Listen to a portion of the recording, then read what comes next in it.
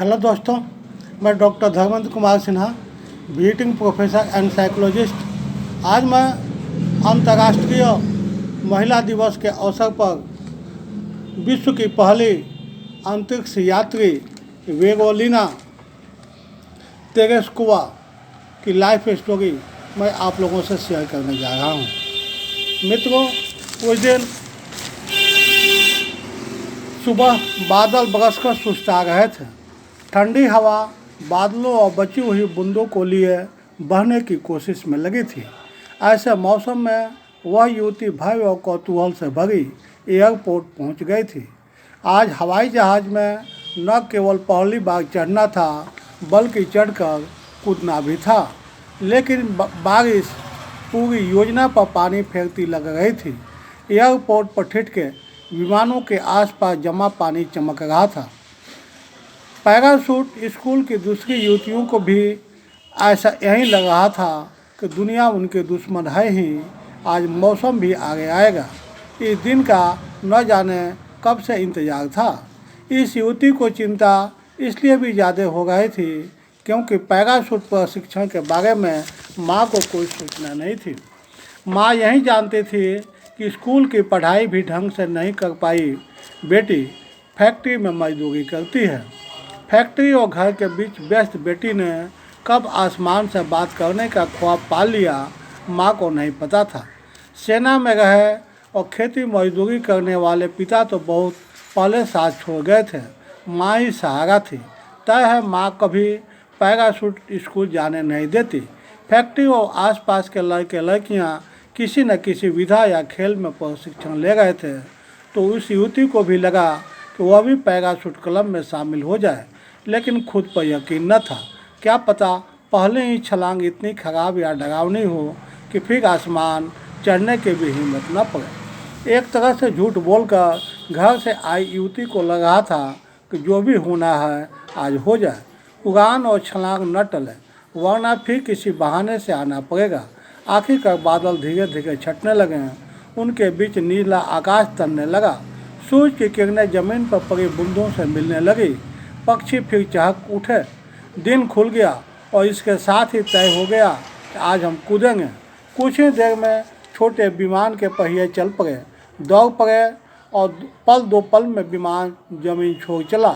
एक ऊंचाई पर पहुंचने के बाद युवतियों को कूदने का निर्देश मिलना अभी शेष था। तब जोश इतना था और कुछ गुजरने की जल्दी ऐसी थी कि मानो अंदर से ही आवाज़ आई, वक्त आ गया है, कूद जाओ।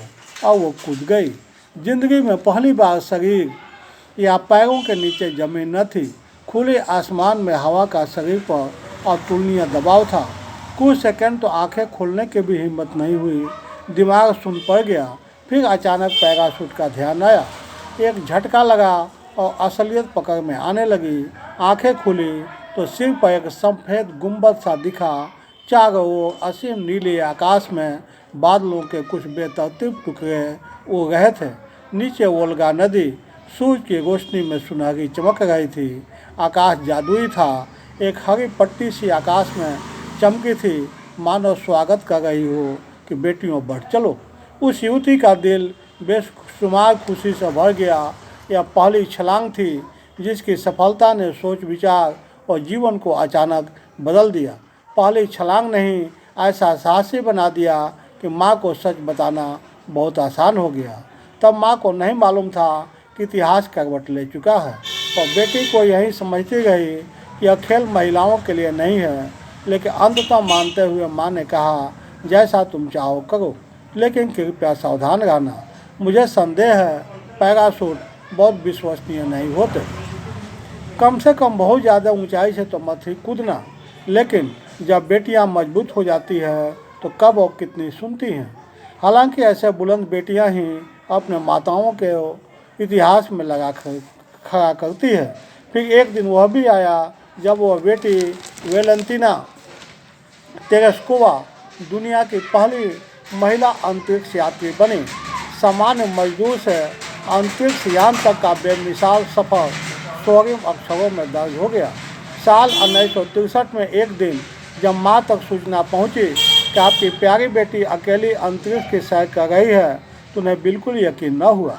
माँ ने यह जवाब देकर खुद को बहलाया था कि नहीं, मेरी बेटी तो महज एक पैराशूटर है, वो अंतरिक्ष में नहीं जा सकती। अंतरिक्ष में जो गई है वो कोई और होगी।